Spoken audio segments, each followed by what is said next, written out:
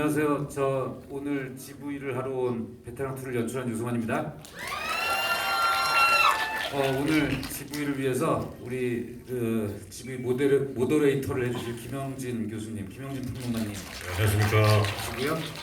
오늘 베테랑 2에 도움 주신 분, 그 크레딧에 도움 주신 분에 올라오시는 조인성 배우님. 네, 만나서 반갑습니다. 이렇게 와주셔서 감사합니다. 네, 감사합니다. 그래도 명색이 제가 진행자인데 또 자기가 먼저 하겠다고. 아니 우리 유 감독 예의도 바르시고 우리 간단히 인사는 나눴지만 우리 조인성 배우부터 조금 긴 인사말 부탁드리겠습니다. 네, 반갑습니다. 송파구 방이동에 살고 있는 조인성입니다. 네, 옆집 살아서 왔어요. 글쎄요, 감독님과 워낙 인연도 있고 또 베테랑에 대해서 또 얘기할 수 있는 기회가 있다고 해서 이렇게 초대해 주셔서 너무나 감사드리고요. 기사를 보셔서 아실지는 모르겠으나 저도 베테랑 2에 출연할 뻔 했었으나 무산되었던 최종 오디션에서 제가 떨어진 거죠. 네, 그래서 좀 연기력이 좀. 네네 함께하지 못했었는데 또 이렇게나마 또 이렇게 관객 여러분들과 얘기할 수 있는 기회가 돼서 너무나 반가운 마음에 왔습니다. 만나서 반갑습니다. 자, 우리 또 주인공 유 감독님도 긴 인사말 부탁드릴게요. 이게 개봉 진행하고 진행 중인데 이렇게 와주셔서 너무 감사드리고 좀 왜 조인성이 GV를 하지? 라고 해서 뜬금없어 하실 수도 있는데 베테랑 2 하면서 굉장히 많은 도움을 받았어요. 그리고 오늘 굉장히 오래간만에 우리 김영진 평론가님하고 GV를 하게 돼서 제 영화에 대해서 아주 잘 항상 잘 분석한 글을 써주시고 항상 당근과 채찍을 잘 저에게 주셔서 저를 지금까지 오는데 많은 도움을 주신 분과 함께 좀 이 영화에 대한, 그러니까 저도 궁금한 내가 왜 이렇게 만들었지 하는 것들에 대한 그 김영진 평론가님의 생각을 또 들어볼 수 있는 자리일 것 같아서 저도 기대가 됩니다. 무엇보다 이렇게 여러분들께서 객석을 찾아주신 여러분들의 생각도 많이 궁금하고 아무튼 그렇습니다. 이렇게 부담을 주세요. 시작부터 우리 유 감독에 대해서는 제가 당근과 채찍을 줬다고 했는데 저는 당근만 줬습니다. 지금까지 한 번도 채찍을 휘두른 적은 없고요. 늘 잘 되고 있다라는 얘기를 했던 기억만 있고, 저는 사실 한동안 굉장히 활발하게 하다가 영화제 일이나 이런 것 때문에 평론을 이렇게 요즘 자주 안 하고 있고 학교에서 이제 학생들만 가르치고 있는데 가끔 현장 비평에서 너무 멀어져 있어서 가끔 써야 될 영화가 있다고 생각하면 가끔 평을 쓰는 편인데 오늘 아침에 이 영화에 대한 평을 썼습니다.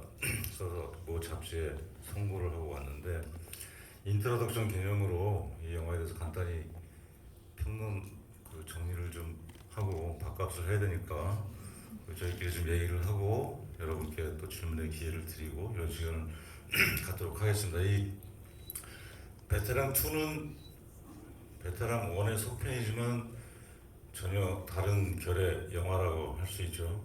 그 1편은 굉장히 명랑쾌활한 절대 악인을 응징하는 쾌감을 주는 한때 송룡 키드였던 유승환 감독의 진거 유감없이 발휘된 영화였다면 이번 두 번째 영화는 절대 악인을 다수가 응징하는, 우리 모두 다수가 응징하는 그런 풍조가 일상화된 이 시대에 과연 우리는 무결한 것인가, 우리 내부에 어떤 결함은 없는 것인가 라는 문제 제기를 아주 용감하게 하고 있습니다.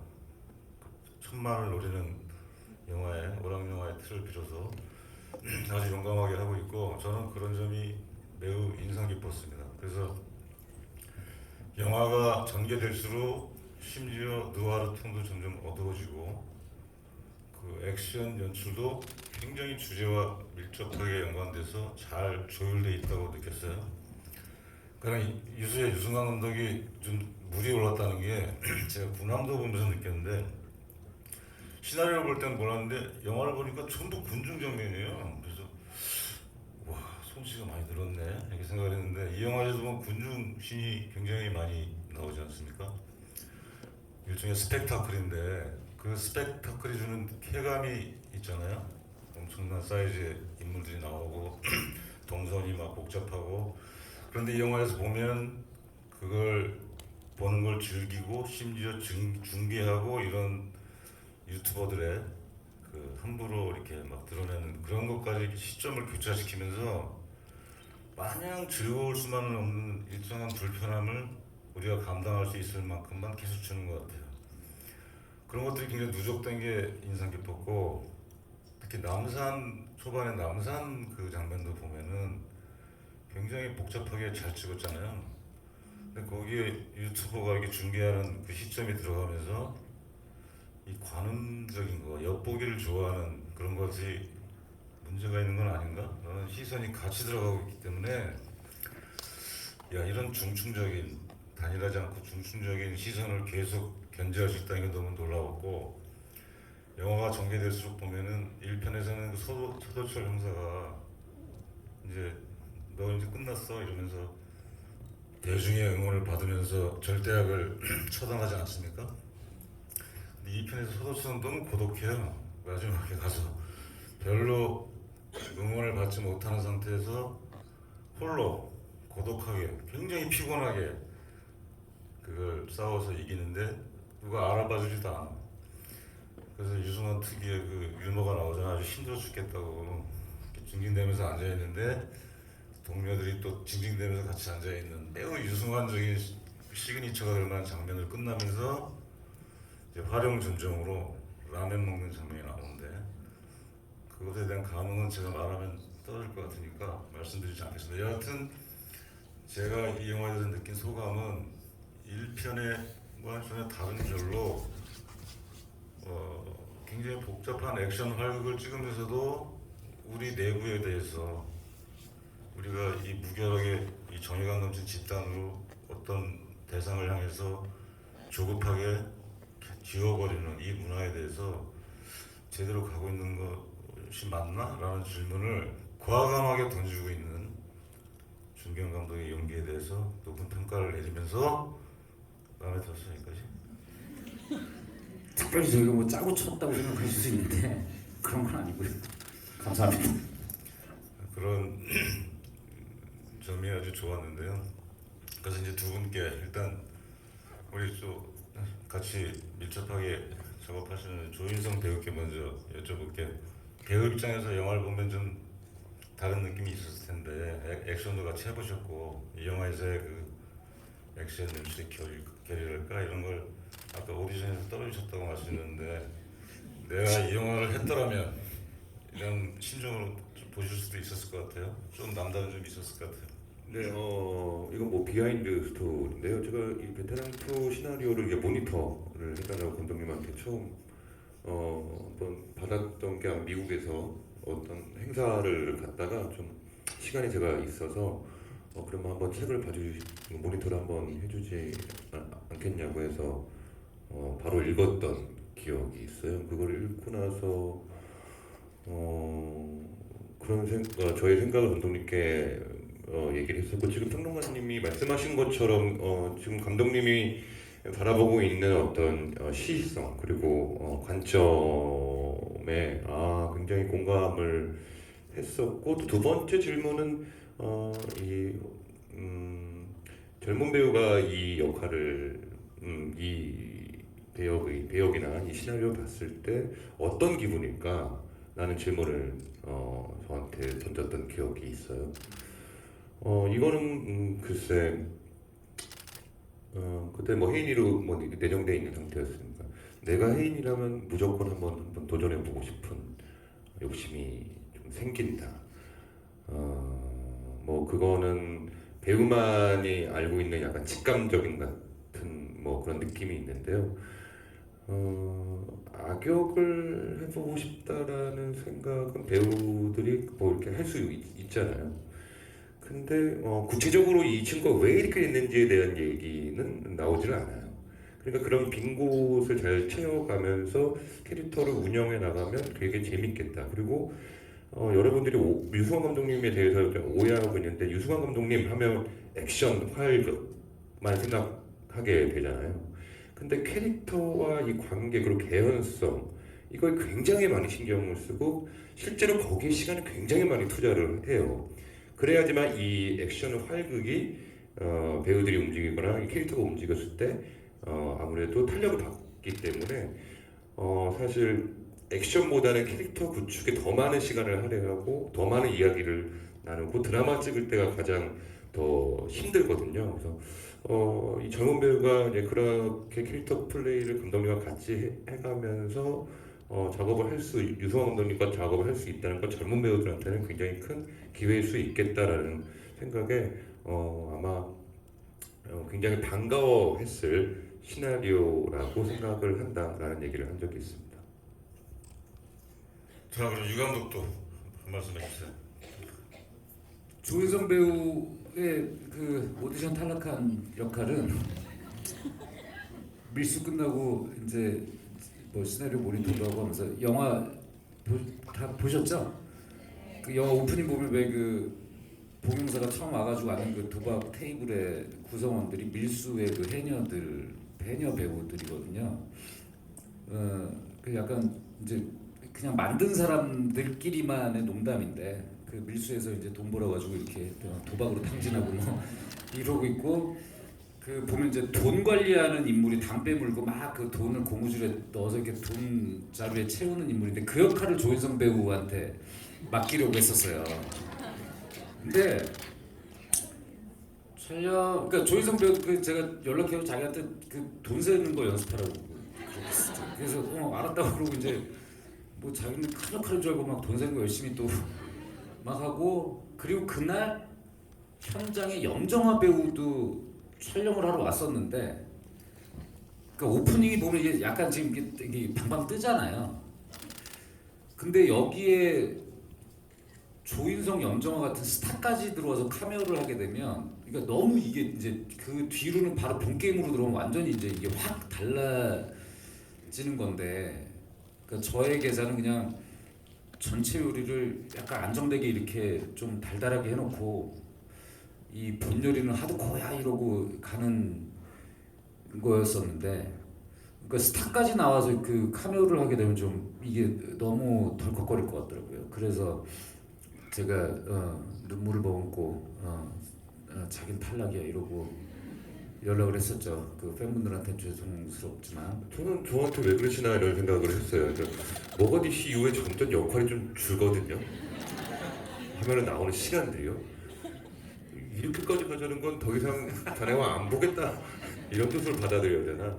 근데 뭐 이건 농담이고 어쨌든 이제 그 역할을 안 하게 됐었죠. 그리고 촬영 초반에 이제 정혜인 배우가 이제 결정되고 이 정혜인 배우가 그 이제 대중적으로 알려진 모습과 실제 모습이 크게 다르질 않아요 이 사람이. 그러니까 굉장히 바른 생활 사나이고 본인 스스로가 그 항상 좋은 사람인 상태로 누군가에게 각인되어야 된다라는 강박이 좀 작용하는 사람이라 좀 이렇게 보면 안쓰러울 정도로 그러니까 되게 그러니까 평상시에 그 삶의 태도가 그러니까 그 굉장히 막 정돈돼 있어요. 그러니까 이런 역을 하는데 이제 부담도 그런 사람들이 이제 그 하게 되면 그 책임감이 크니까 부담을 엄청 갖고 있어서 황정민 선배가 1박 2일 동안 그냥 근교에 가서 우리끼리 MT를 가자 그냥 가볍게 대본 읽고 그냥 수다 떨고 술 한잔 하면서 고기 구워 먹고 그걸 하자. 그래가지고 서울 근교에 펜션을 잡아가지고 소수의 인원이 가서 하는데 그때 조인성 배우가 이제 지원으로 와줬어요.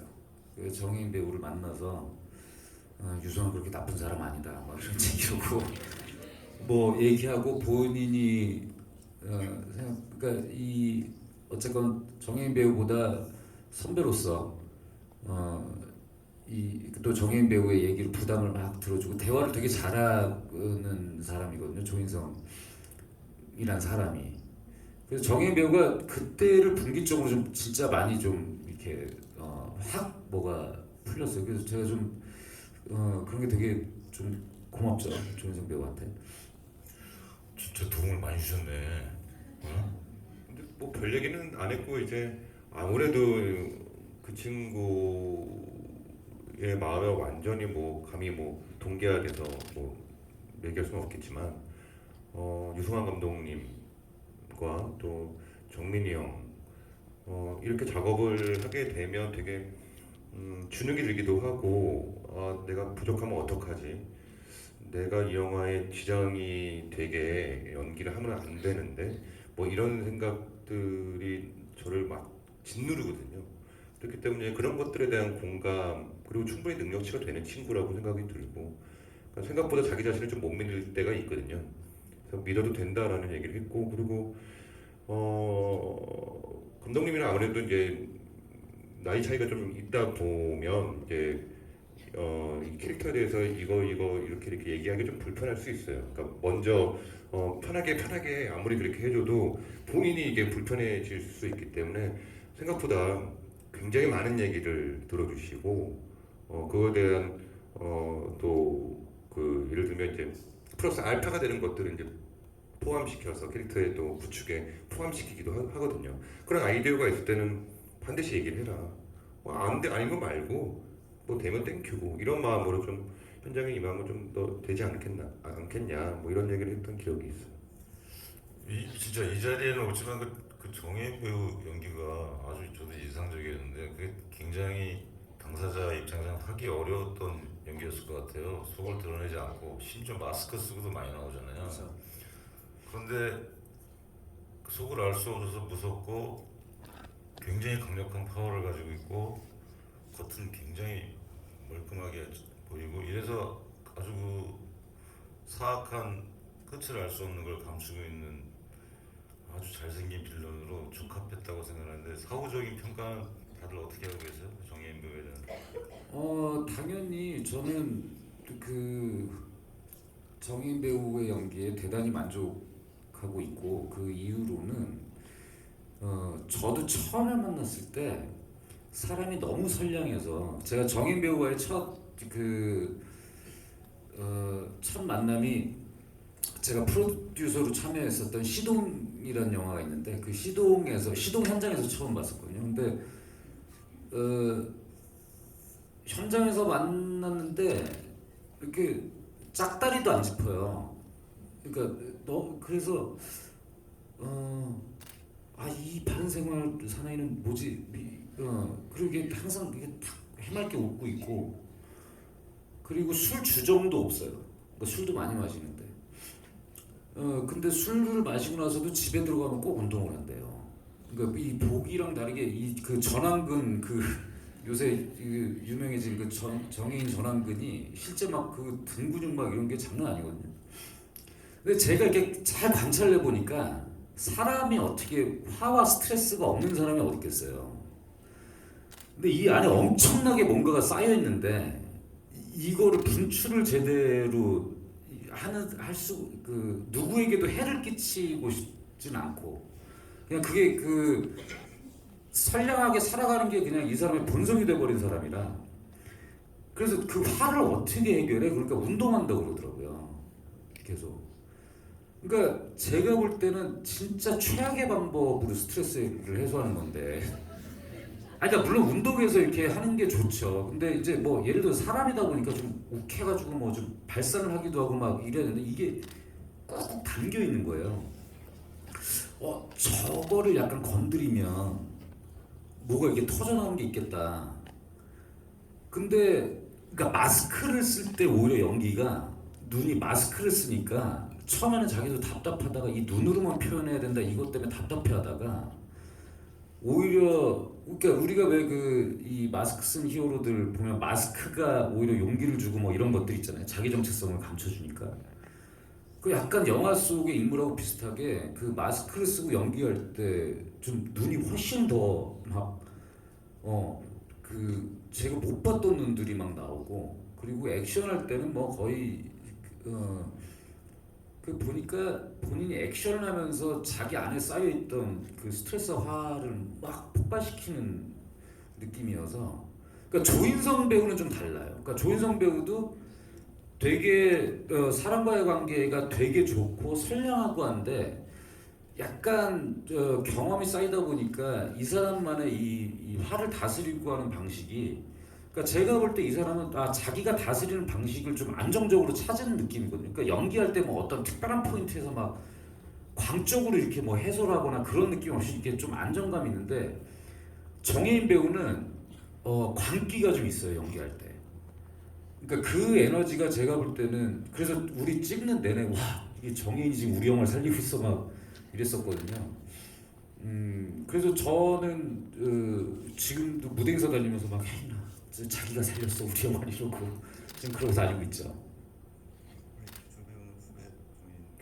글쎄 뭐 저의 뭐 개인적인 같은 배우끼리 뭐 평가는 사실 전 나왔다고 생각해요. 이 600만 가까이 되는 관객 여러분들의 선택은 우리 정민이 형이나 여기에 베테랑 2에 출연하는 모든 배우들에 대한 어떤 평가라고 저는 생각이 들고요. 혜인이는 사실 개인적으로 잘 아는 사이는 아니에요. 하지만 화면으로 봤을 때의 이 친구 연기를 대하는 태도 같은 거는 조금 느낄 수 있거든요. 굉장히 진중하고 어렵게 다가가는 느낌이에요. 그 모습이 너무 저는 이쁘더라고요. 그렇기 때문에 또 감독님과 만나서 또 이렇게 멋진 캐릭터를 또 만들지 않았나 싶습니다. 지금 얘기 나오니까 잠깐 격가지로 세서 전작들 밀수 뭐가 되지 잠깐만 이게 현장에서 같이 일하는 유승환 감독에서 여쭤보고 싶은데 옛날에 황정민 배우가 그러더라고. 유승환 잘 찍어요. 그래서 하나도 안 힘들어요. 액션 찍을 때 진짜 하나도 안 힘들었어요. 그래서 막 잘 찍어 막 그랬거든. 그 밀수에서 그 명장면 있잖아요. 그런 것도 그렇고 현장에서 같이 할 때 서로 그 호흡이라든가 뭐 그런 거에 대해서 좀 얘기를 좀 듣고 싶습니다. 모가디슈는 사실 액션 부분은 많지 않았고 카트싱 부분이 있었기 때문에 그렇게 액션 부분은 이렇게 힘든 부분은 없었었는데 밀수는 아무래도 이제 좁은 공간 안에서 그 액션을 했어야 됐고 사실 지금은 지나간 기억이라 그런지 모든 게 추억이고 잘 인간이 그래서 망각의 동물이라고 잘 기억이 안 나요. 근데 이번에 베테랑 2를 시사회장에서 박정민 군과 옆에서 같이 봤거든요. 근데 액션 씬이 막 나오는데 집중이 안 되는 거예요. 왜냐하면 다음 영화에 만나야 되는데 그걸 보면서 저 정민이한테 했던 말이 있어요. 야 우리 죽겠는데? 정민이도 그럴 것 같죠 형? 야 단단히 준비해야 되겠다. 이게 너무 아프다 야 보는 내내. 네 그런 생각을 하면서 봤던 기억이 있고 감독님과 또 앞으로 또 같이 또 작업을 할 작품들이 있으니까 그 작품에서 이제 감독님과 액션을 하면서 옛날에 또 이랬었지라는 기억이 되살아날 것 같아요. 지금은 다 좋은 추억이었고 빨리 찍은 것 같기도 하고 뭐 이래서 잘 기억이 나지 않습니다, 솔직히. 그 요즘은 사실 액션이 많잖아요 모든 영화에. 근데 액션이 약간 무슨 뮤지컬 보듯이 그냥 아무데거나 너무 이렇게 판타지로 보이잖아요. 심지어 너무 많이 죽이고 별로 감흥이 없는데 이 유감독 영화 보면은 진짜 말씀하신 대로 되게 왜 내가 아프지? 이런 생각이 들잖아요. 그 중간에 그 옥상에서 비 올 때 싸우는 장면도 보면 그 인정사정 볼 것 없다는 영화 떠올랐는데 거기서 보면 근데 이명세 감독 영화는 약간 슬픈 느낌이 들거든요. 그 액션이 슬프고 뭔가 상실감이 느껴지고 약간 서정적이야. 근데 뭐 점, 선, 면 이런 게 막 형체가 흐려지면서 굉장히 미학적으로는 그 비슷한데 되게 아파요 느낌이. 저 죽었겠다 이런 생각이 들고 고통을 느끼게 하는 액션을. 맞아요. 그래서 제가 시사회 끝나고 보현이를 만났는데 안보현한테 야 너는 특별 출연인데 이렇게까지 갈아 넣으면 너 어디 다친데 언니? 저 진짜 힘들어 죽는 줄 알았어요. 야 진짜 너 정말 수고 많았다고 연아. 형 고맙습니다. 그렇게 얘기를 나눴던 기억이 있네요. 근데 제가 뭐 영화 찍고 제 영화 찍으면서 실제로 죽은 사람은 없고요. 그 저도 좀 그게 궁금하긴 해요. 스스로 저는 어려서 제가 처음 액션 영화를 좋아하기 시작한 것이 성룡 영화를 보는 것부터 좋아했었는데 뭐 이렇게 여러분들 잘 아시겠지만 성룡 영화를 보면 그게 막 고통스러운 것이 그러니까 스턴트의 강도는 진짜 고통스러운데 영화를 볼 때는 그런 느낌이 아니라 막 신나거든요. 그리고 뭐 이후에 이제 성장하고 뭐 이제 10대 시절에 뭐 영웅본색 이런 영화들을 보면 그러니까 막 총알이 난무하고 사람들이 막 맞아 죽어가는데도 그러니까 그런 육체의 고통보다 어떤 아까 말씀하신 것처럼 일종의 서정성 뭐 이런 것들이 느껴지고 근데 왜 나는 이런 액션 장면을 묘사할 때 내가 정작 좋아하는 것은 그런 안무되어 있고 그런 어떤 액션을 통해서 전달되어지는 쾌감 혹은 어떤 서정성 뭐 이런 것들에 매료됐었는데 왜 정작 내가 만들면 고통이 더 느껴지는 것인가? 근데 이것은 그냥 왜 그러지라는 거에 대한 뭐 그러니까 무의식의 표현일 텐데 그냥 억지로 한번 생각을 해보면 그 여기 저랑 비슷한 연배의 분들이 계실 것도 같은데 80년대 학창 시절을 보내신 분들은 그러니까 굉장히 폭력이 난무하는 시대여서 그냥 학교에 등교를 하면 그냥 그 교문을 들어서는 순간부터 얻어맞으면서 들어왔거든요. 그러니까 뭐 그냥 두드려 맞고 하는 게 그냥 일상이라 그 말죽거리 잔혹사라는 영화에 그것이 아주 잘 표현되는데 그러니까 아마 어린 시절에 하도 맞아서 이 폭력에 대한 기억이 근데 지금 뭐 말짱에 살아있으니까 그냥 그런 것에 대해서 그냥 몸에 배어버린 거 아닌가? 뭐 그런 생각도 들어요. 그리고 실제로 액션 장면을 찍을 때 좀 약간 번민의 상태랄까? 그러니까 주인공들이 막 때리고 하고 막 신나게 막 하는데 근데 저 폭력은 폭력인데 저것을 그러니까 찍으면서도 사실은 괴로워요. 이렇게 액션 일단 베테랑 같은 데에서 막 해서 이제 당연히 주인공이 마지막에 악당을 더 때릴수록 관객들은 신날 거 아니에요. 근데 실제로 보면은 그 1편에서 조태호를 정작 몇 대 안 때리거든요. 그러니까 소도철만 뒤지게 맞고. 근데 그 주인공이 이렇게 그 악당을 그렇게 때리는 것에 대해서 왜 그런지 모르겠는데 이렇게 마냥 즐기지는 못하게 되더라고요. 그래서 이번 영화에서 아마 그 액션에서 이것이 설계가 그러니까 그 서사의 설계가 이제 이렇게 되어 있으니까 액션 장면에서 장면 자체의 과격함은 막 이어지는데 저는 관객분들이 약간 이 지점에서 조금 더 그러니까 이렇게 발생하고 있는 폭력에 대해서 우리가 지금 너무나 많은 미디어에 노출되는 실제는 폭력들을 또 눈으로 목격을 하잖아요. 그러니까 그런 것에 대해서 이렇게 소비하고 있는 게 맞는가? 뭐 이런 것을 오히려 액션을 정교하게 찍어서 영화적으로 막 이 활력 넘치게 보여질수록 이것에 대해서 역으로 던질 수 있는 질문이 더 있지 않을까? 이런 생각을 하면서 만들긴 했어요. 제가 질문 하나만 더 하고 이제 넘길게요. 그 유승환 감독이 사실 그 영화에서 명대사가 많거든요. 사람들이 잘 모르는데 뭐 우리가 뭐 돈이 없지 가오가 없냐 해가지고 뭐 호의가 계속되면 권리인 줄 알아요. 뭐 강한 자가 살아나는 게 뭐 이런 식의 그게 많아요. 그러니까 생활적 감각의 대사도 많고 사실은 굉장히 그 따뜻한 부분이 있어요.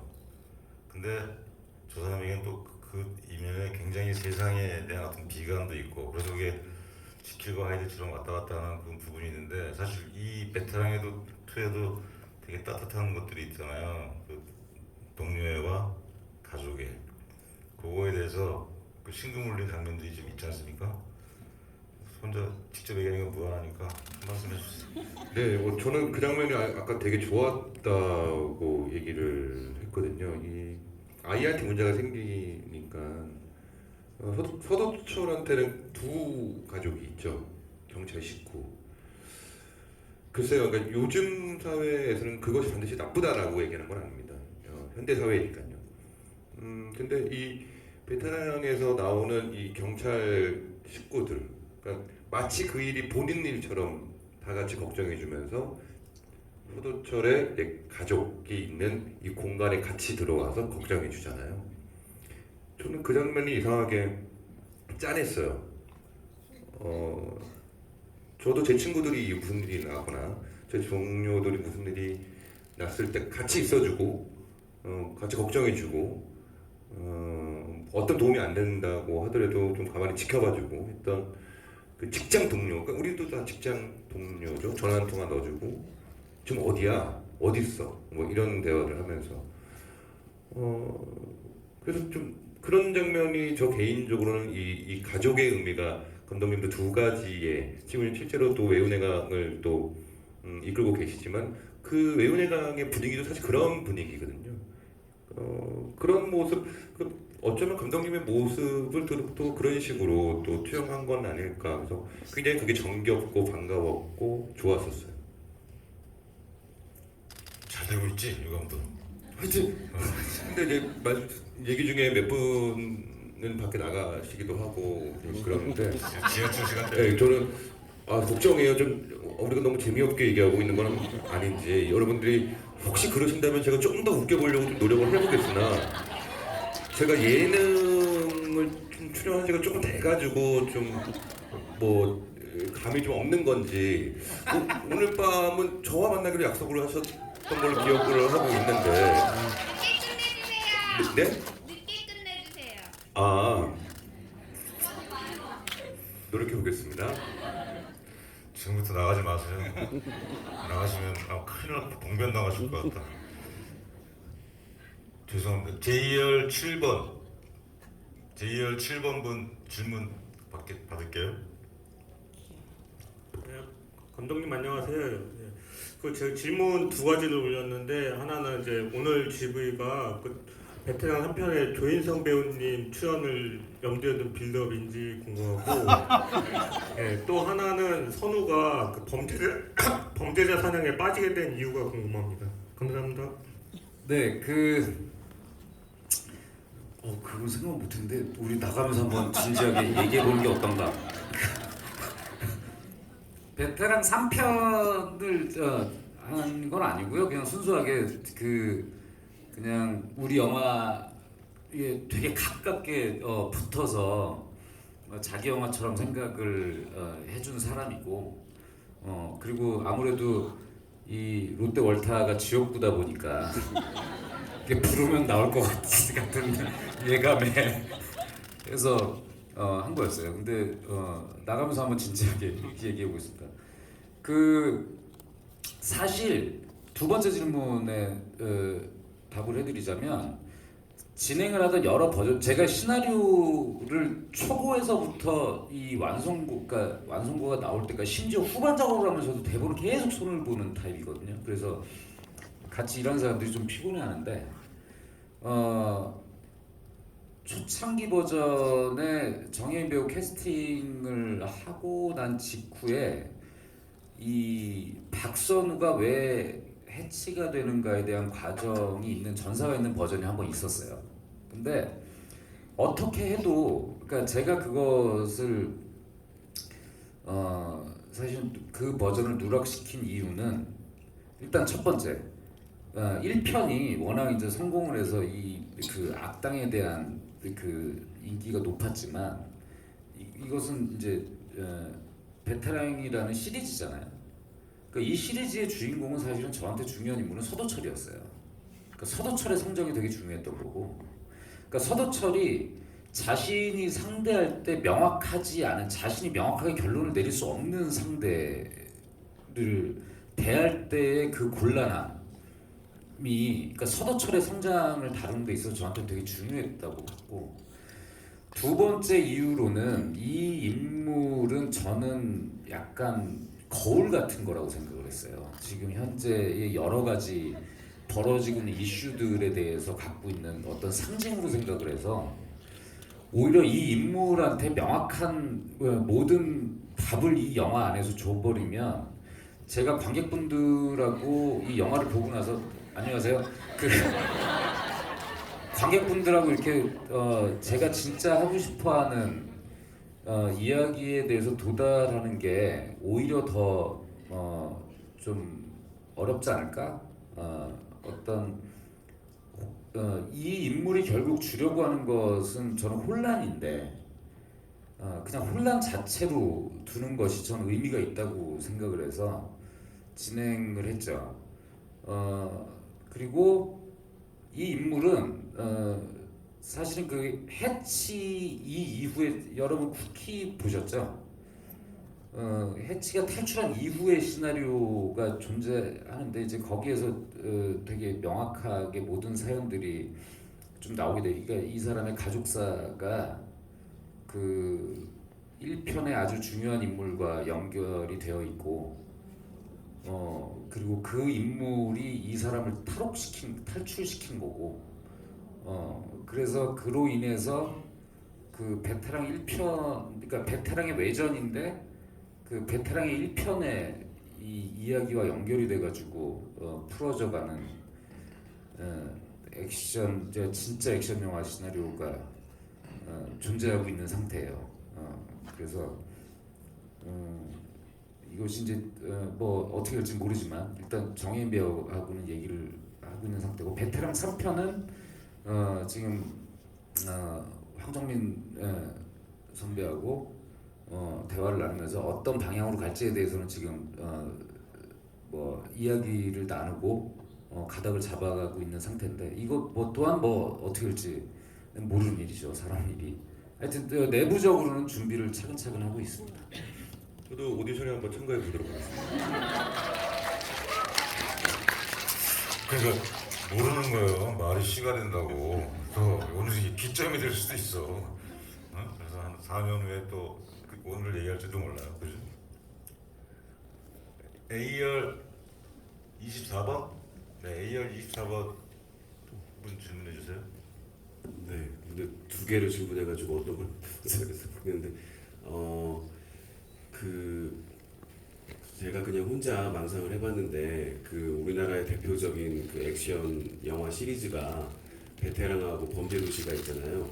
그래서 그거를 같이 그 세계관을 같이 해서 한번 그 번외 작품으로 만드실 그런 생각은 없으신지. 일단 그 세계관이 충돌해서 안 돼요. 1편에서 아트박스 사장님이라서 그러니까 쌍둥이로 나오지 않는 한 그러니까 얼마 전에 결혼식장에서 마동석 그 선배 만나가지고 막 이제 우리도 알거든요. 그 요구가 있는 거. 그래서 이럴 줄 알았으면 내가 그 파주소 직원으로 설정을 할 걸. 그리고 두 번째 이제 이게 현실적인 문제인데 이 배급사가 달라서 이 캐릭터의 소유권이 다르기 때문에 현실적으로 쉽지 않은 문제예요. 그 뭐 이게 재밌는 기획이긴 한데 그래서 뭐 그 저희와 이제 친한 저 강풀 작가가 예전에 강풀 작가가 가지고 있었던 그 이 아이디어 중에 그게 있었거든요. 그 인정사정 볼 것 없다의 우영구 형사하고 그 공공의 적의 강철중하고가 콜라보를 해가지고 하는 한 10년도 더 된 아이디어였는데 뭐 이제 그런 식의 이건 영화 팬들한테 사실 굉장히 큰 재미잖아요. 근데 뭐 마동 선배하고 이제 그런 얘기를 했었는데 뭐 사람 일이니까 가능할 수도 있고 또 안 될 수도 있고 뭐 그렇습니다. 어디 약속 있으신 거예요? 식사 맛있게 해주고요. 예. 반갑습니다. 맛있게 드세요. 한 번씩 나갈 때마다 1분 단축한다고 협박을 해. 자, G열 25번 분 질문해 주세요.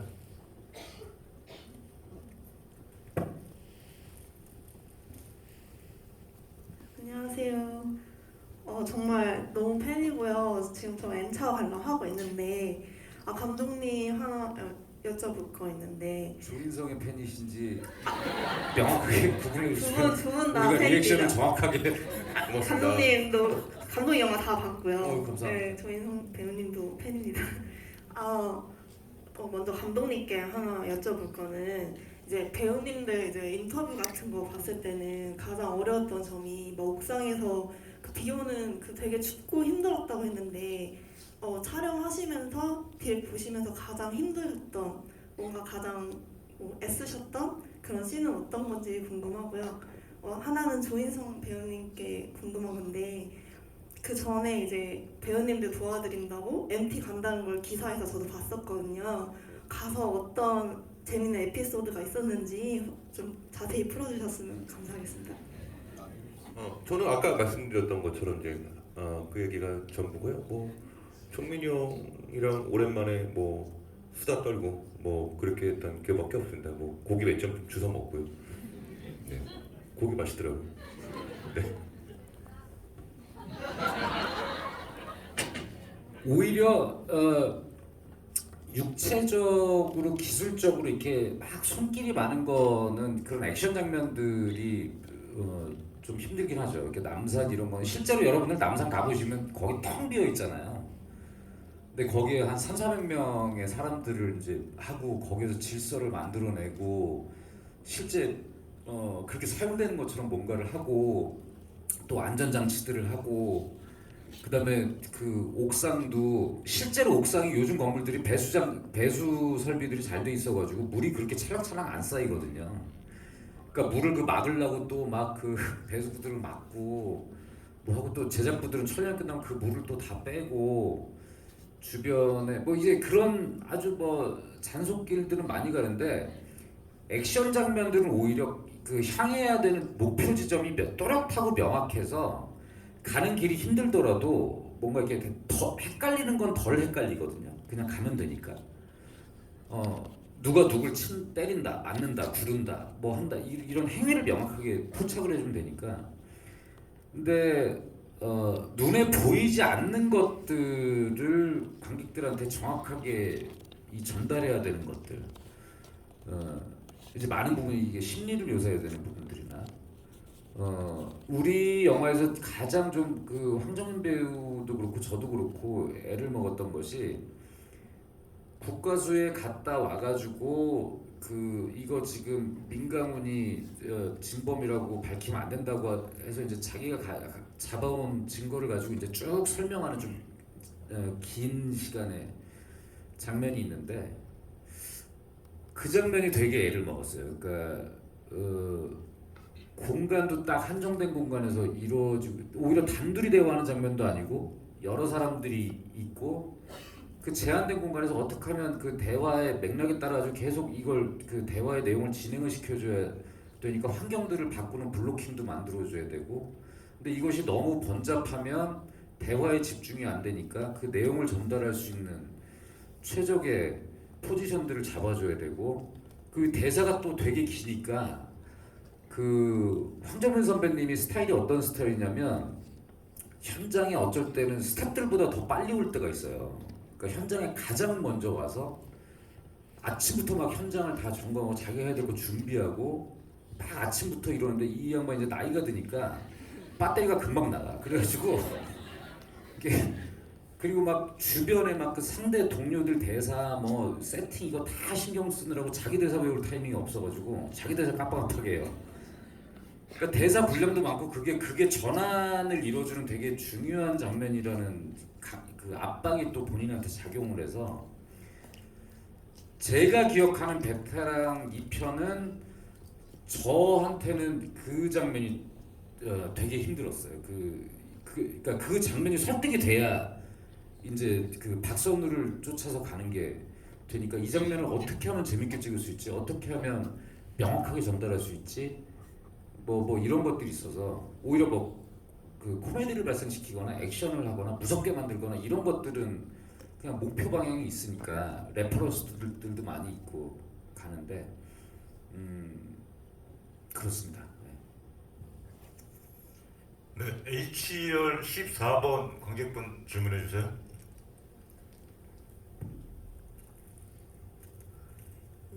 안녕하세요.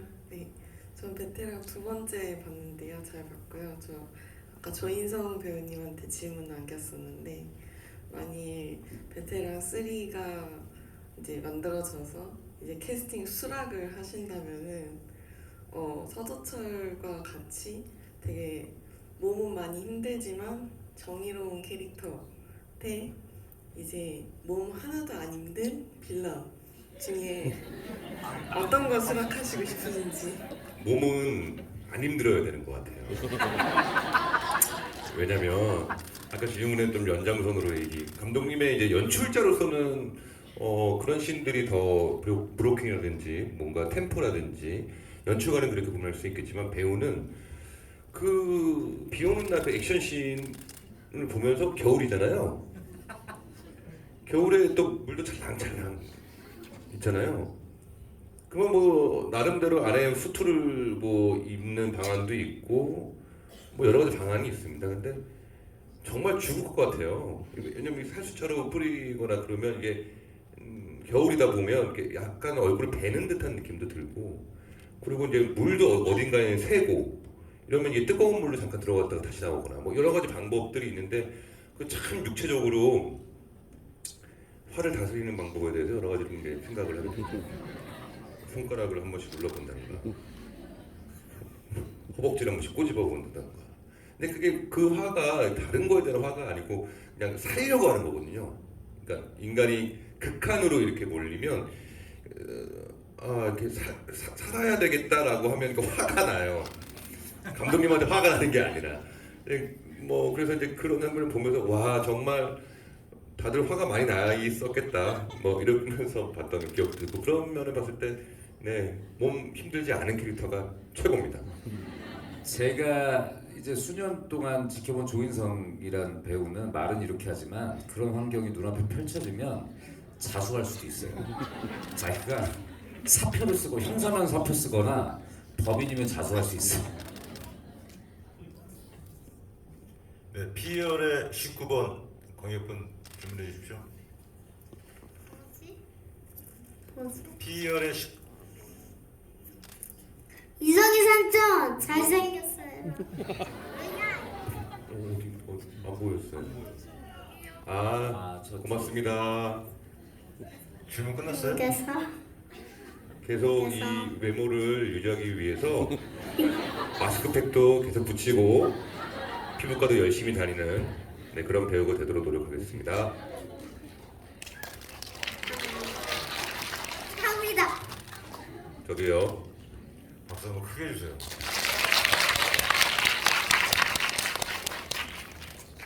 자, 질문 끝난 거죠? 한 분 더? 오케이. H2번 관객분 질문해 주세요.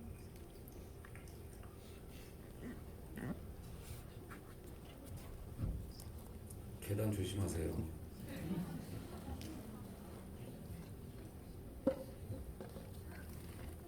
H2번 저쪽.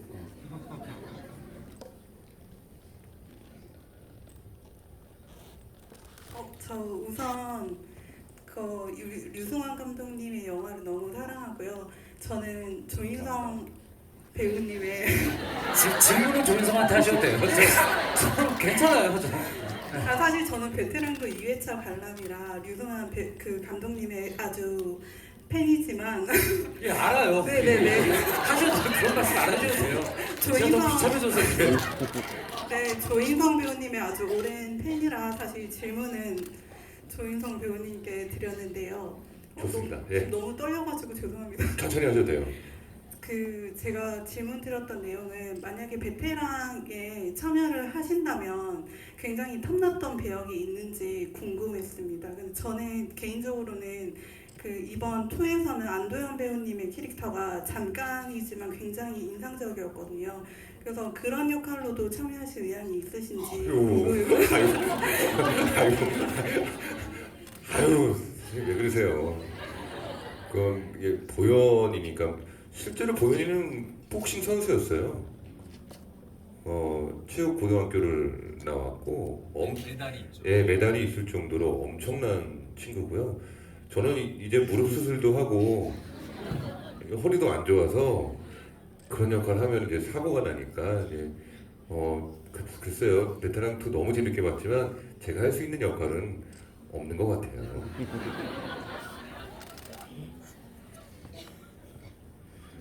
네, 이제 뭐 가실 분들 계속 가시고 그러니까 이제 우리 마무리 해야 될 것 같아.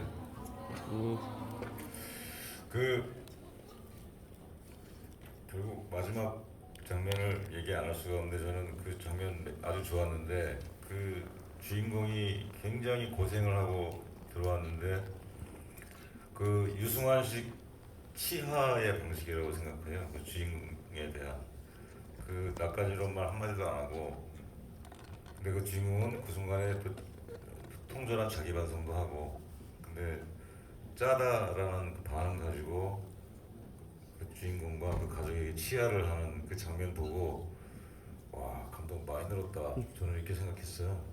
그게 유승환식 인사법이다라고 저는 생각을 하는데 그런 정서를 한국 영화에서 오랜만에 보는 거 아닌가 이런 생각이 들고 그래서 하여튼 유승환 감독이 굉장히 꾸준히 영화를 찍고 있잖아요. 거의 2년에 한 편꼴로 저는 딱 이 페이스를 계속 찍어서 계속 좋은 그 기록을 계속 남겼으면 하는 마지막 덕담을 건네면서 두 분의 또 마지막 멘트를 듣겠습니다. 예, 저도 말씀해주신 것처럼 그 라면 먹는 시 참 인상 깊었고 그냥 저는 라면을 끓이는 사람으로서 왜 라면을 그렇게밖에 못 끓였을까? 물 양을 그거 잘 나와 있는데 뒷면 딱 보면 그렇게 하시지 왜 그랬을까? 뭐 라면 끓이는 사람으로서 저는 좀 봤고요. 오늘 어쨌든 여러분들과 만나게 돼서 정말 반가웠고 또 여러 가지 또 현장의 에피소드를 또 느낄 수 있는 또 그런 대화의 시간이 아니었나 싶습니다. 이렇게 늦은 시간까지 베테랑을 사랑하는 마음으로 이렇게 앉아주셔서 너무나 감사드리고요. 뭐 나중에 또 감독님과 저희가 또 GV를 할 수 있는 뭐 시간이 있다면 그때는 좀 더 웃길 수 있는 그런 배우로 거듭나도록 노력하겠습니다. 아무튼 만나서 너무 반가웠습니다. 그 라면 황 선배가 직접 끓인 건데 알면 큰일 나겠다. 마무리하기 전에 지금 마지막 장면을 말씀해 주셔서 그 제가 굳이 왜 그렇게까지 갔냐면 저한테 중요한 것은 1편을 만들고 나서 제 예상을 우리 모두가 예상했던 것보다 훨씬 큰 성공을 거둬서 그 성공이 어느 순간 좋으면서 되게 무서워지기 시작을 했어요. 이게 저희가 사실 목표했던 박스오피스 성적은 400만 정도의 관객이 저의 목표였었거든요. 근데 그것이 거의 3배를 넘는 훨씬 뛰어넘는 수치를 기록하면서 이게 사회적인 현상이 되니까 그리고 실제 어떤 사건 뭐 뉴스 자료 화면에서 뭐 베테랑의 대사들 인용해서 자막을 쓰고 베테랑에 있었던 장면들이 짤로 막 돌면서 실제 사회에서 벌어지고 있는 일들의 어떤 뭐 요즘 흔히 말하는 뭐 이렇게 사이다 같은 효과를 주는 것들로 막 이것이 확산이 되고 시간이 계속 쌓이면서 제가 이 편을 쉽게 못 만들었던 것이 그런 거였거든요. 그러니까 처음에 만들 때는 그냥 제 안에 있었던 어떤 이 사회에서 발생하는 것들에 대한 화가 영화에서라도 내가 이걸 복수를 해서 막 통쾌하게 해결해봐야지 했는데 실제 사실 영화를 만들고 나서 그 영화는 대한민국에서 대통령을 투표해서 뽑는 숫자보다 많은 숫자가 이 영화를 보고 재밌다고 했지만 실제 그런 일들은 계속 반복해서 벌어지고 있거든요. 자, 그럼 이건 무엇인가? 우리가 한번 체했을 때 뭐 사이다 마셔서 트림 한번 뭐 해서 이게 채기가 사라지면 좋은데 이게 이 채기가 가라앉지 않았는데 또 사이다를 마시면 이게 위만 버리는 거잖아요. 그럼 손을 따든지 병원을 가든지 뭐 해야 되는데 그 불편함들이 계속 남아서 이게 정의를 부르짖는 것이 과연 이 정의가 그렇다면 명확하게 규명이 되어진 건가? 우리는 다 각자의 정의 안에서 지금 미국 대선만 보더라도 해리스의 정의가 있고 트럼프의 정의가 있잖아요. 다 각자 정의를 부르짖는데, 그러니까 조금 위험한 선택이긴 했지만, 그럼 어쩜 우리 각자 안에 갇혀 있는 정의 안에서 오히려 더 많은 갈등들이 일어나고 있는 건 아닌가라는 이야기를 해보고 싶었어요. 그러면서 서도철이 1편에서 아무렇지도 않게 이 폭력을 행사하고, 심지어 1편을 보면 서도철 형사는 그 사건을 조작도 하거든요. 자기가 이게 막 맞은 것처럼 이렇게 파이프에다가 피를 묻혀서 자기가 자해해서 막 하는데 웃기잖아요. 근데 사실 보면 우리가 볼 때 사건을 조작하는 거란 말이에요. 법의 집행자가. 근데 이런 것들을 제가 막 극장에서 관객들이 재밌게 보게 만들어 놓고 그 부채감이 계속 쌓였었어요. 그래서 속편을 만들게 되면